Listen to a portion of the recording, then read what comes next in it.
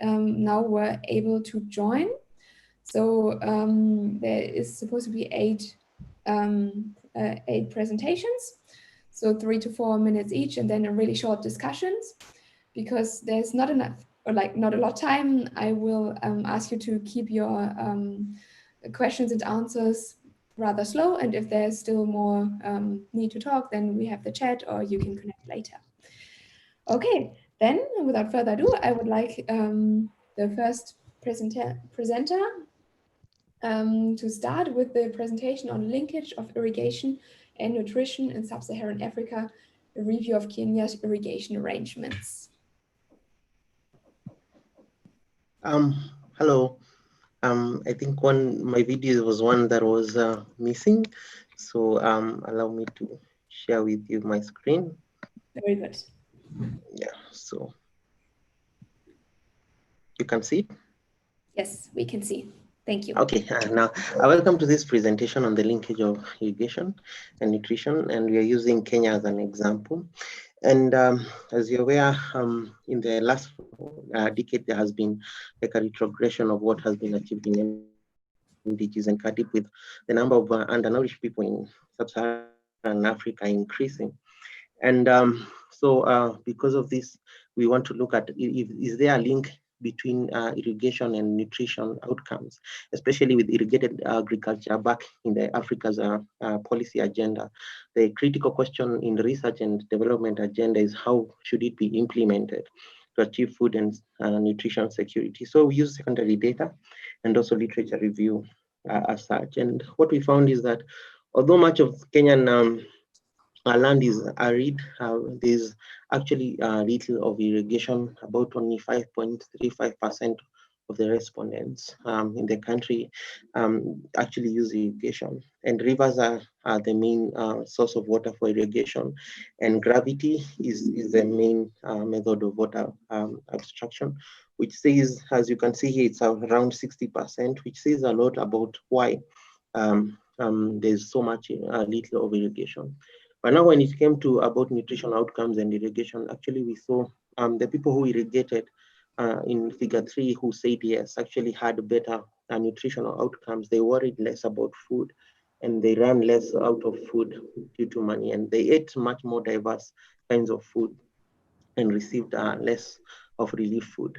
But when it came to applying the chi-square statistic and Cramer's V statistic, there was really little association when it comes to irrigation and nutritional outcomes. And so then, does it mean that then there is a weak link between nutrition and irrigation? In our opinion, it's not so. And sometimes it's about the methodology used and the data used. And this is an aspect that is found in literature.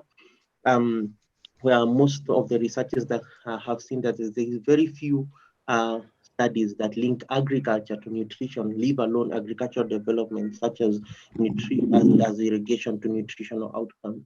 And so there is a need to unpack, especially the impacts of irrigation to nutrition outcomes. And the limitations of data are also seen in literature, where there is a lack of a strong and robust study design and methods, which has led to very weak results, are limited in generalizability, and also methodological flaws such as sampling bias and self-selection, and inadequate control of the sample size. So the way forward, what we want to do right now in the research, this is a preliminary study to what we are doing as a primary data collection that has a better design and in data collection and research design of looking at good measures of nutrition using dietary diversity, food diary, and much more diverse data to try and overcome this challenge. So thank you very much. That's my presentation. Thank you very much for the presentation. Do we have any questions? Hello, I have a small question. Yeah. So thank you for your presentation. So right here, so does it matter if you have different source of water for the irrigation? If you have like a high or big river, or like, does it matter just for irrigation? Yes, it actually does matter, especially when it comes to how you're accessing that kind of water. For instance, when you look here at gravity, much of it is associated with rivers, while it comes to like pump-fed irrigation, whether it's diesel or petrol, it is usually common in deep wells and tube wells, or rivers that are a bit far from the farm. So it actually does matter, the method of where the water source is, and also it determines the method of using the irrigation. Yes, it does matter. Okay, thank you. Okay. Okay, do we have any other questions? This does not seem to be the case. Then thank you very much for that nice presentation. And we move on. So could you please stop the screen sharing? Yes, yeah, let me do that so right now. And then So we will move on to the second presentation, the link of Ecuadorian universities with the rural sector through pre-professional practices.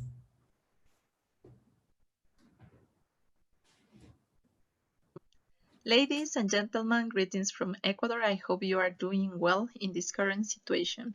I hope you are with your family and people you love.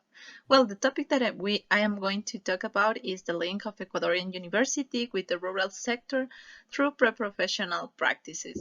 The authors that took part of this research were Belgica Bermeo, José Luis Yagüe, Maritza Satama, my person, and Ángel Satama. I have to highlight that this research were doing in participation with Universidad Politécnica de Madrid from Spain and Universidad Técnica del Norte from Ecuador. So let's start. Here I present a table of contents, a brief table of contents where we are going to follow in this presentation. First, we are going to see a research question. The second one, the objective of this nice research. The third one, the methodology. And finally, I am going to present the results and the conclusion. We know that the academy university has a crucial role in the society. How? Because the academy, the universities are training the students, the future professionals, right? So in this case, we want to answer the following questions. If in Ecuador the pre-professional practices link the university with the productive rural sector. So, the objective of our research is to analyze the link between pre-professional practices with the productive rural sector in the training of agricultural graduates. Well, here in the methodology, we established two phases. The first one, we use bibliographic review, and the second one, based of all of this information, we select some variables to consider in the survey design and the validation. We establish some rates, in this case, some skills to analyze as a second phase the data. In this case, you can see the second phase, we apply the survey to 4 groups of a study that you can see there, and also we put some data to present you who were part of this research. And finally, we follow a methodology called cluster analysis to analyze the data that we collect through this survey. So, and finally, we obtain 2 clusters that I'm going to present later because these take part of our results. Here, I'm going to present what did we found in this research. So if you remember, the method that I told you was the cluster analysis. Well, we applied a hierarchical cluster analysis and we obtained 2 clusters group. In this case, the cluster 1 groups the knowledge variables which reflect organization, teaching, research, function, planning of the pre-professional practice in the curriculum. You can see, for instance, quality academic training, entrepreneurship, technology are some of the variables that took part of this cluster. In the second case, we have the cluster 2. In this case, these clusters group the context variables of the territory and the productive rural sector.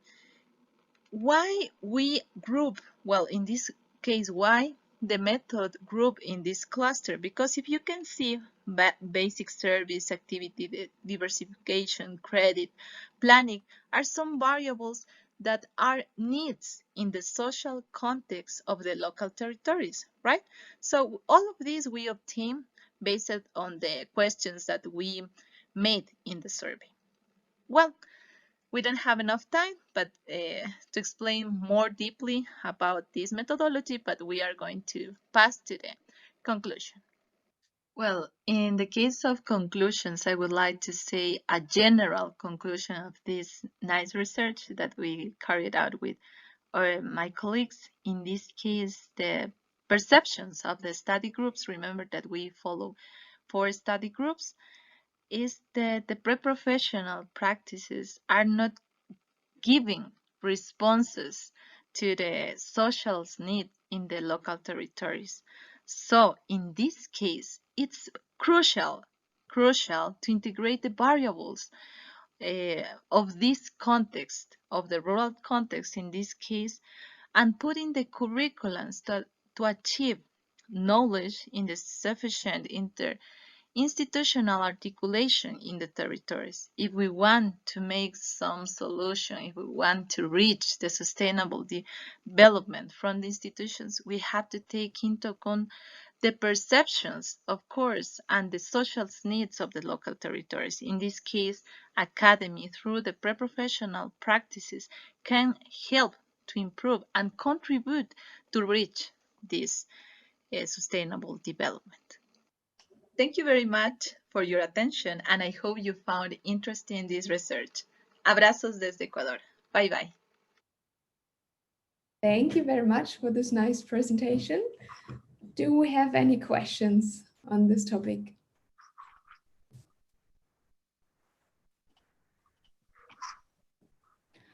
Maybe I can ask one then. I was just wondering about the time horizon. So how long was the study? The study, well, in this case, the collective information took around 4 months because, you know, it's difficult to contact with some stakeholders here because we take 4 groups of stakeholders. So it took around 5 months. And then to analyze the data, well, the time that we need to analyze it. Yeah. Okay, thank you very much. Then I would say we move on to the next presentation. So the third one on the processing of neglected crops for promotion of food and nutrition security, the case of natural guava fruits in Kenya.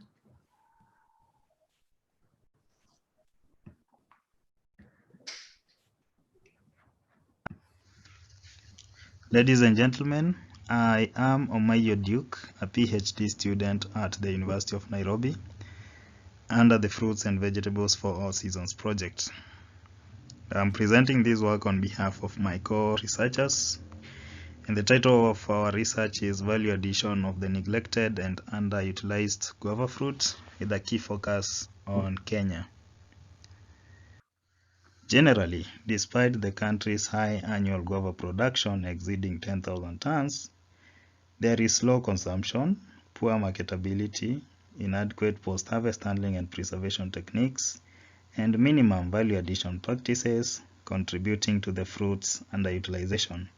Furthermore, there is no industrial processing of the locally produced guavas, and we therefore collectively lose more than 75% through rotting of fruits. Currently, there are guava products within the Kenyan markets, although these make use of imported guavas. The objective of this study was therefore to develop and evaluate ease of adoption of affordable processing techniques in order to enable commercialization of processed local guava products. Our methodology involved standardized nectar processing using guavas from Kitui and Taita Taveta counties, which are some of the highest guava producing areas, with market tests evaluated in order to ensure that the produced guava nectars are commercially feasible, and this has been going on since August 2019. The byproducts have been utilized to formulate poultry feeds. From this study, we have been able to demonstrate the need for local guava value addition into shelf-stable products, as these have got high consumer acceptability and fetched more in the market compared to the raw fruits, which had insignificant profit margins. Such income, which averaged $1.2 to $1.6 per kg of processed fruit, can be utilized to improve the household income status and investment on food security. Furthermore, inclusion of the byproducts in broiler feeds did not affect their performance and therefore a recommended form of utilization. In conclusion, although the local guava value addition provides an avenue to minimize the annual losses, increase consumption, and improve income among guava farming households, a coordinated approach among key stakeholders is needed in order to exploit the nutritional and economic potential of the fruit. However, there is need to overcome challenges including lack of adequate value addition knowledge, skilled manpower, and processing equipment, which need to be overcome for a successful value chain. Thank you very much. That was my time, and I'm open for questioning. Okay, thank you very much. Does anyone have any questions or comments on this presentation?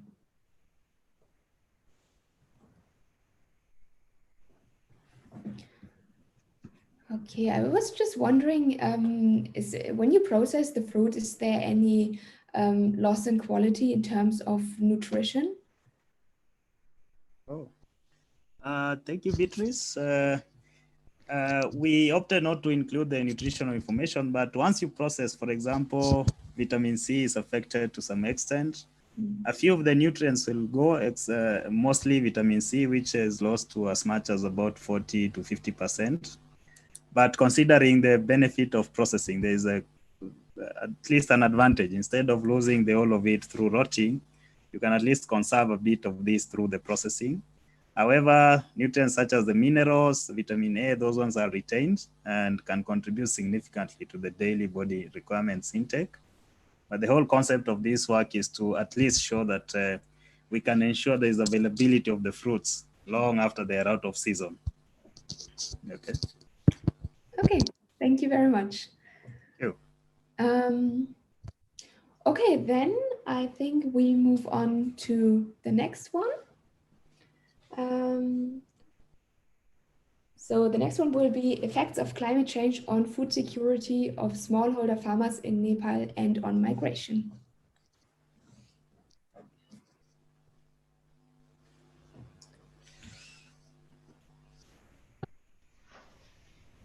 Dear ladies and gentlemen, I am Giri Prasad Khandel. Together with my supervisor, I welcome you to our poster presentation, Effect of Climate Change on Food Security of Smallholder Farmers in Nepal and on Migration. I will be discussing on following steps. Introduction. Human beings have learned to live with climate change on various timescales from together with decade. However, climate change affects the livelihoods of poor and rich alike by impacting basic human needs and including foods and shelter. The four components of food security, food availability, food access, food utilization, and food stability are affected by climate change. The World Bank reported that Nepal ranks in fourth place for most climate vulnerable country in the world due to highly exposed to a range of precipitation and temperature-related hazards such as floods, droughts, and landslides. Due to topographical structure of the nation, low level of education, and traditional aspect of agricultural system, food security is vulnerable in Nepal. Our research have following three main objectives: to analyze climate change awareness of smallholder farmers and understand the impact of climate change on food security and on migration, to determine and understand the connection between food insecurity and migration, to understand how topographic and demographic factors influence the adaptation behavior of smallholder farmers. To fulfill these objectives, following questions will be answered.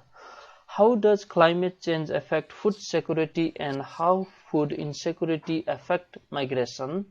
What kind of adaptation strategies are adopted by smallholder farmers to cope with climate change? How does topographic and demographic factors influence on adaptation of policies? Methodology. As a case study, research will be conducted in Baglung and Mustan district of Nepal. Climate change in this area has been rising issue by affecting the agriculture and livelihood of local population. 240 respondents will participate in questionnaire survey and 15 interviews will be conducted. Descriptive and inferential statistics will be used for data analysis. Here we have future scenario of food security. These two pictures shows that how food is insecure with changing pattern of climate. The first picture explains the present situation where dark red zones are high vulnerable. If emissions will be high and non-adaptation strategies applied, by 2080s, like shown in second picture, which was predicted by World Food Programme, situation will be worse. In this map, developed countries are excluded. Expected outcomes.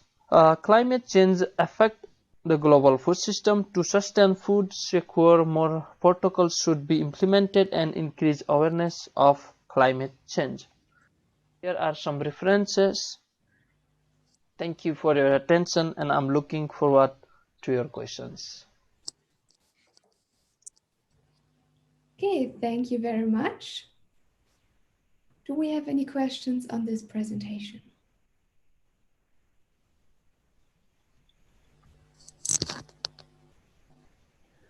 Since you do not have any results yet, maybe you can tell us a little bit about what kind of strategies do you expect?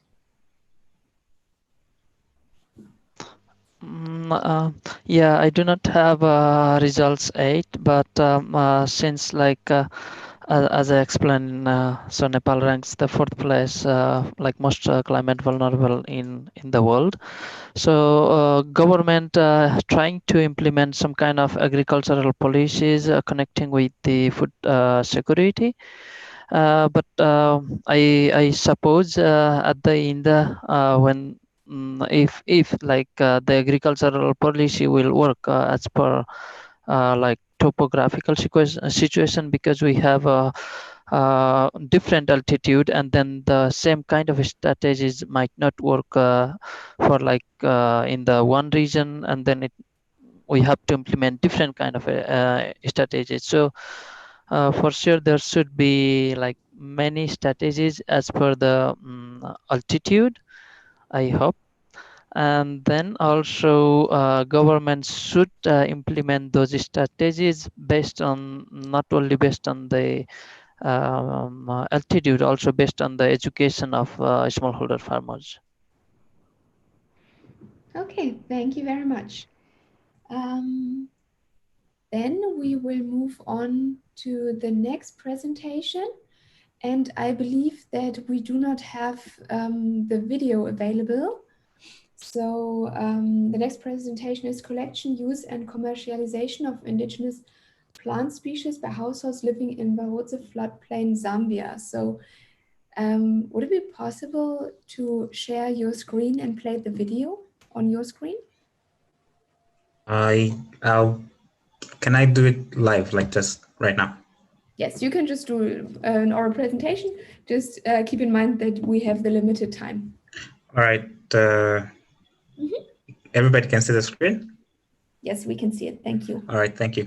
My name is Monga. I'm going to present on the collection, the use and commercialization of indigenous plant species by households living in the Bahotse floodplains in Zambia. So we're going to focus mainly on the Miombo woodlands, which is the main forest that's there. So an overview of the Miombo woodlands, that it's the most dominant woodlands in Central and Southern Africa. covering about 2.4 million square kilometers across 5 countries. It receives around 700 millimeters of rainfall. Vegetation varies according to the location. It's got contains about 8,500 species and sustains the livelihoods of around 150 million people. So very important in that regard. However, the changes in land use, climate change, and other aspects affect the products and services that it provides to households who solely depend on them for their daily needs. So the households that depend on the woodlands normally use it for food, firewood, medicine, and could you maybe start the presentation mode? Sorry. There we go. Yes, thank you very much. So the households that depend on the forest normally get food, firewood, medicine, and other uses for construction, tools and utensils, bees, wax, honey, and whatever else. So these particular products supplement the household diets. They have a cheap source of food and energy, and then they provide very cheap and sustainable solutions to these households' needs. So the socioeconomic factors that influence the use of the forest are the age, where depending on your age and your strength, you collect a certain type of product. So older people, for example, are more likely to collect medicinal plants. Younger people with more physical abilities use the forest for normally charcoal production and wood and charcoal production. So the education level, the more educated an individual is, the more likely they are to use the forest for their commercial needs. And the household size, that goes without saying, the larger the household, the more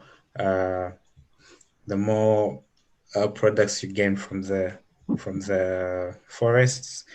Land ownership, the larger the land, you're less dependent on forest products because then you can farm and do other things on your land. So that's another aspect. Gender, it depends. Women collect mostly food and medicines, while the men concentrate on activities like construction materials and charcoal burning. And then distance to the forest, depending on how far you live from the closer you live to the forest, the more likely you are to use the forest's products. Yes. So going forward, in terms of research, the future expectations for research about the forests and their contribution to livelihoods is that we should move towards a more integrated farming systems that ensure sustainable utilization of forests and their derivatives. And then we should understand the role, we should continually work to understand the role that forests play in poverty reduction strategies and biodiversity conservations, because the households that rely on these forests are key in preserving, in conserving the biodiversity there, so that they can have a sustainable, like they can continually use the products from the forests. And then we should enhance property rights for households so that we offset the tragedy of the commons, and then emphasizing the cultural links between humans and forests so that we know how to best utilize the forests. And that was my presentation. Thank you very much. Thank you. That was a very nice presentation. Do we have any questions?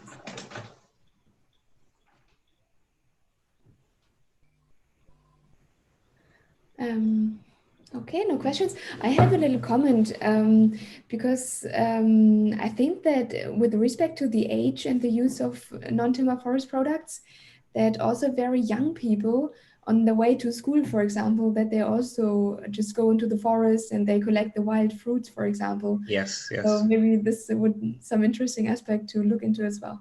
Yeah, thank you very much for the comment. Okay, thank you as well. Then All right. please stop sharing your screen.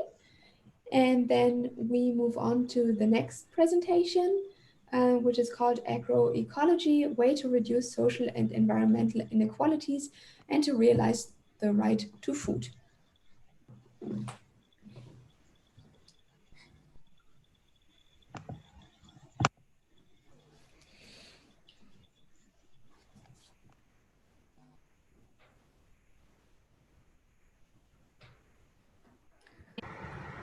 Hello, my name is Tsa Toscano, graduating in law at Salgado de Oliveira University, Brazil. The title of this study is Agroecology, a way to reduce social and environmental inequalities and to realize the right to food. Agroecology is a transdisciplinary science that combines the three dimensions of sustainability: economic, social, and environmental, unity, agriculture, and ecology. In Brazil, agribusiness predominates, being a model of agricultural production that is environmentally unsustainable and does not guarantee the right to healthy food to all Brazilians. And the use of pesticides causes environmental impacts and damage to human health, all this generating social and environmental inequalities. According to FAO data from 2019, in 2018 there were 820 million people starving, 10% of the world population. Therefore, the challenge of this millennium is to provide food in quantity and quality to the entire world population. This study aimed to seek convergence points between agroecology and as a model of sustainable production and the universal guarantee of fundamental rights such as healthy food in order to reduce social inequalities and to promote environmental justice.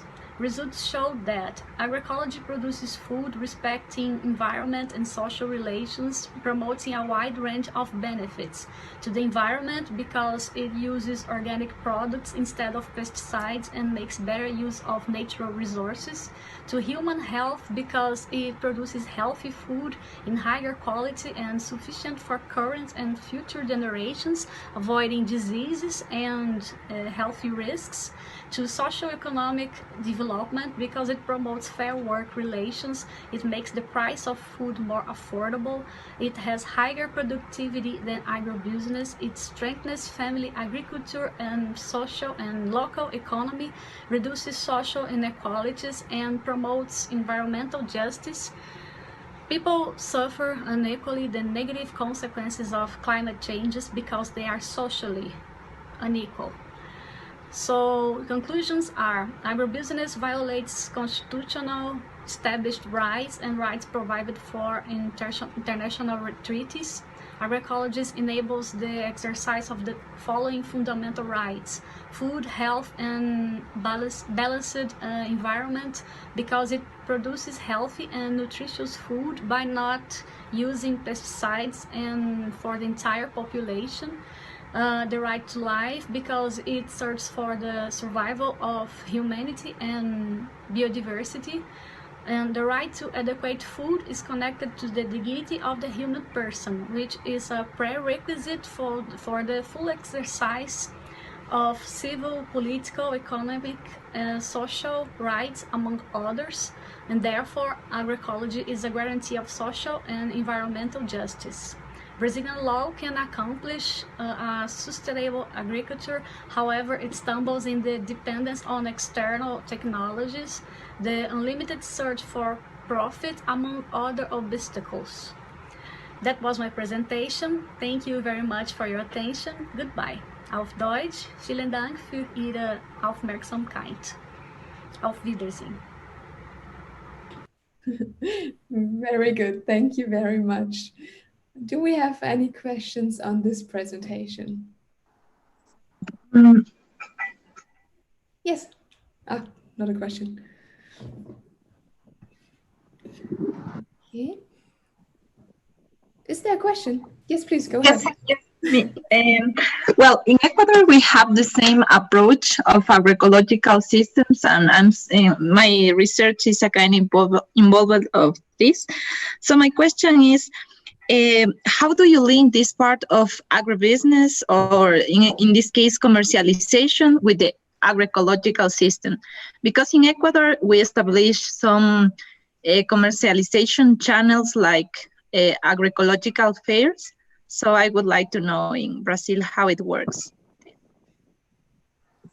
You mean like how do you link this part of agribusiness, or in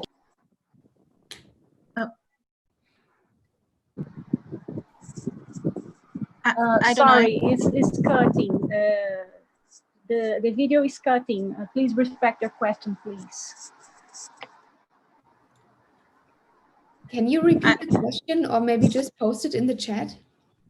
Oh, yes. Well, I think, I don't know if you can listen because it's better if I talk. How do you link this, this part of commercialization and agroecological system? Because here in Ecuador, we established some kind of agroecological fairs or local markets to make a link between these producers to the consumers. And sometimes we are working now with these participative guarantee systems that give to you an informal certification that prove your production system are agroecological. So in the case of Brazil, it works the same, or I don't know. In Brazil, we have a lot of local markets, little producers, farm producers that, but this is not the main part of our economy. Unfortunately, Brazil is still, our economy is still based on agribusiness. And although we have laws, we have policies stimulating agriculture, but unfortunately, that's not what happens. Unfortunately, laws are not camped in here. But many people are making crops in their houses. We have a lot of local markets. People are really conscient about the agroecology, but it's a minimal part of the population, unfortunately. Unfortunately, the agribusiness still dominates our economy, and many people still doesn't have this environmental consciousness. Many people don't know that they eat agrotoxics. They don't know that agrobusiness doesn't protect the environment as it should be. And many people do not think that the work relations produced in agrobusiness are not fair. They causes inequalities, social and environmental inequalities, unfortunately. Okay. Thank you. Thank you very much. I think we'll have to move on to the next presentation. So the next one is on the topic climate change in the municipality of Morrinhos, Goiás, Brazil, a survey through oral reports from the elderly population on climate and environmental changes over the years. So it seems like we also do not have a presentation available on a video available on this one. So would it be fine for you to share your video from your screen or just presentation? So just like that.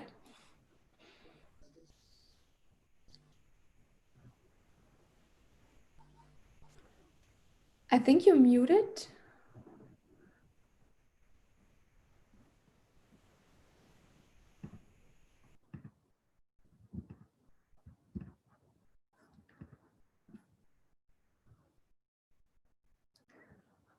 So is it possible for you to share your screen and have the presentation like that? You just have to click on the bottom in the middle to share your screen.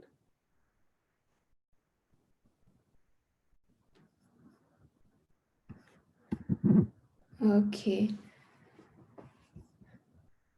There seems to be a slide. Yes. There is a video. There is a video. I was informed by the technical assistant that there is none available. So it would be great if you could maybe just, if you have the video on your computer, maybe you can just share your screen and play it from your computer.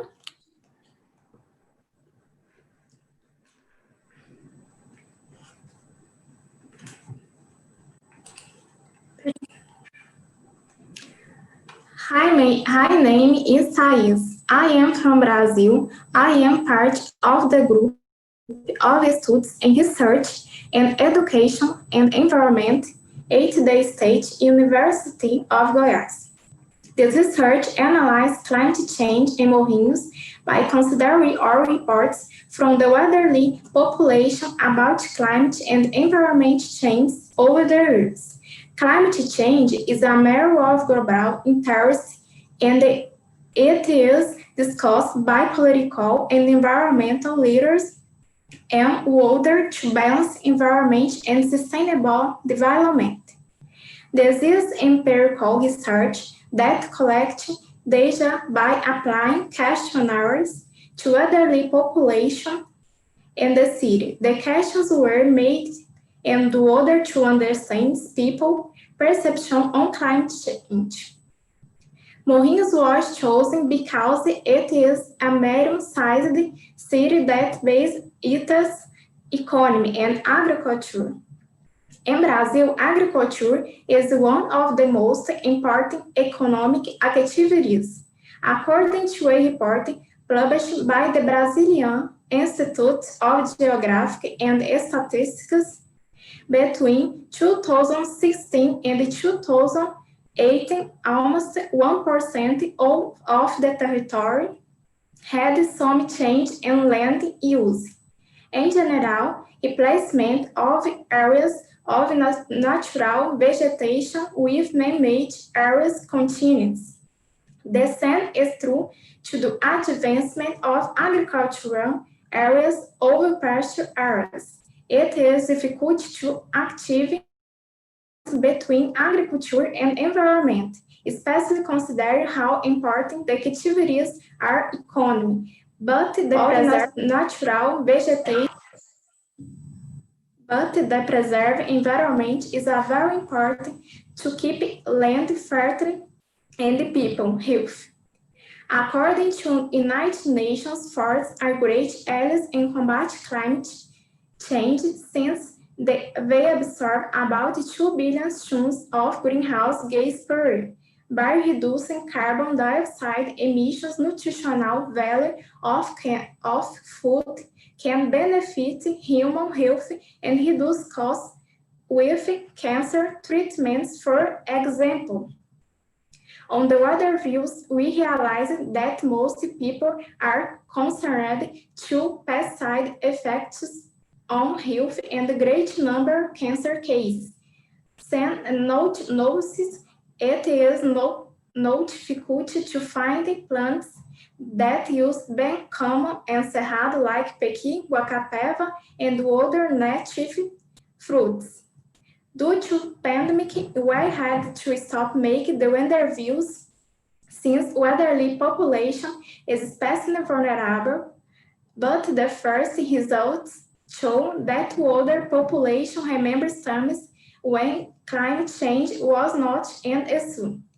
And many understand that preserving the environment is essential to combat climate change. Protecting the environment is one way to assure some future in agriculture because climate change causes damage to plants.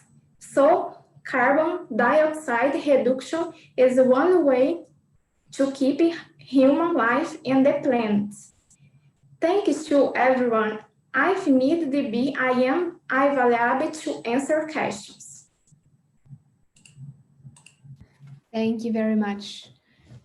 Do we have any questions on this presentation?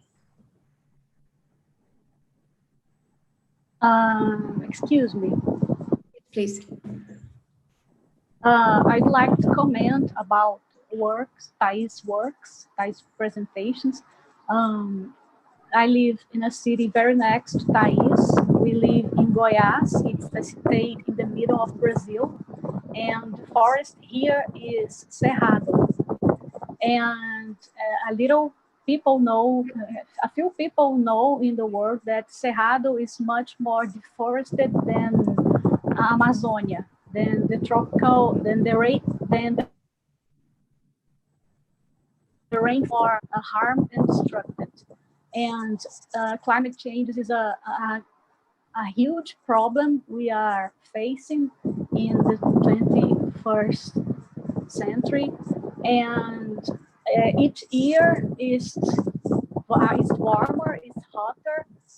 Now, for example, now is about 35 degrees here in Goiânia, capital of Goiás.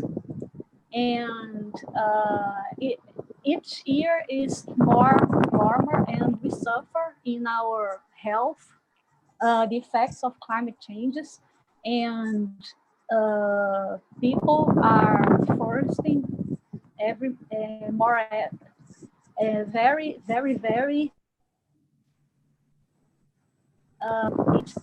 each passing year, and we feel the climate changes.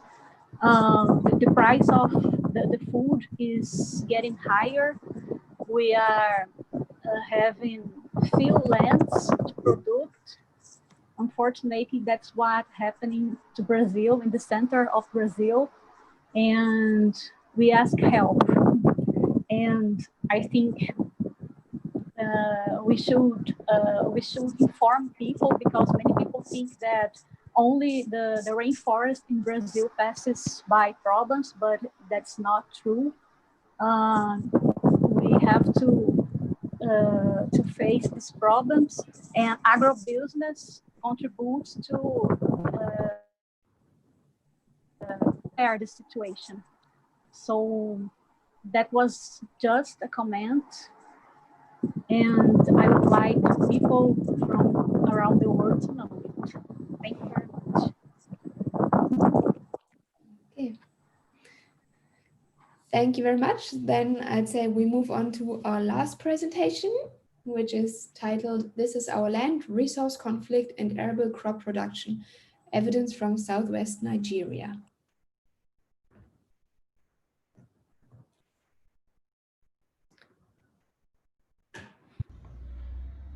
Good day, auditors and fellow presenters. My name is Tofame Kindness Isumana, and together with my co-author, I welcome you all to our poster presentation entitled, "This is Our Land, Resource Conflict and Arable Crop Production, Evidence from Southwest Nigeria." Our research was carried out in Odeda Local Government, Ogun State, with the goal of examining the factors responsible for farmer herdsmen conflicts and the effect of farmer herdsmen conflicts on crop production. It happened that in Odeda Local Government, farmer herdsmen conflicts have grown and intensified over the past few years. It has become widespread across the villages and affected the agricultural sector, posing a challenge to crop production. We approached this study by interviewing 30 farmers from 5 villages each to make a total of 150 farmers through purposive and random sampling technique. To generate the variables that cause farmer herdsmen conflicts, 3 theories were considered. They are the mainstream theory, which identifies scarce resources as a catalyst for conflicts; the frustration-aggression model, which identifies retaliation to be a driving force towards conflict; and the environmental security theory, which examines the threats posed by the environmental events and trends to individuals, communities, or nations. Inferential tools such as the Likert scale and the Tobit regression model were also used during the course of this study. The Likert scale was used to examine the factors that causes the farmers' herdsmen conflicts. The Likert scale had 5 rating scale responses. Each theory had 6 different variables responsible for conflicts, making a total of 18 variables. Based on the responses obtained from the farmers, the predominant factor that caused farmers' herdsmen conflict from each theory was used to generate a conflict level. The Tobit regression model was used to examine the effects of conflicts on crop production. The results from the Likert scale showed that the factors that cause farmers' herdsmen conflict are inadequate grazing area, stressing the fact that resources are limited in supply, reprisal attacks caused by killings of stray cattle and pollution of water bodies, uncontrolled bush burning, differences in ethnicity, and sustainability concerns. The results also showed that an increase in the occurrence of these factors led to an increase in conflict in the Tobit regression model proved that the higher the occurrence of conflict, the lower the crop production activities in the area, which in turn threatens the farmer's livelihood. In conclusion, if these factors are allowed to continue unchecked, farmer settlement conflict cannot be resolved, and their devastating impact on crop production will continue to escalate and will be felt nationwide. As a recommendation, community leaders, herdsmen, and government should meet to deliberate on land appropriation, grazing areas, and farmers' orientation strategy. The Rural Grazing Area Settlement Program, RUGA, which involves settlement of herders and cattle in a particular area of land, should be implemented. Thank you for listening. Thank you very much for this nice presentation. Do we have any questions?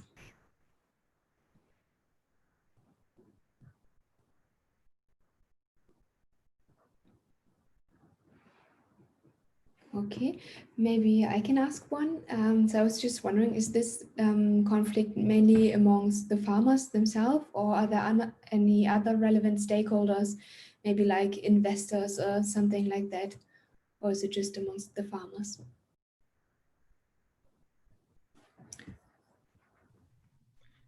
Thank you for your question. This study was carried out to showcase the conflict between the farmers and the herdsmen. So it was just mainly between the farmers and the herdsmen. There was no other stakeholder involved. Okay, thank you very much. I think then we can close the session. We're already a little bit over the time. I'm really sorry about the technical difficulties we had in the beginning, but I thank you very much for being so flexible and for all of the nice presentations. And I wish you a nice evening now. Thank you. Thank you. Have a nice evening. Bye. Thank you. Bye. Thank you. Bye-bye. Thank you.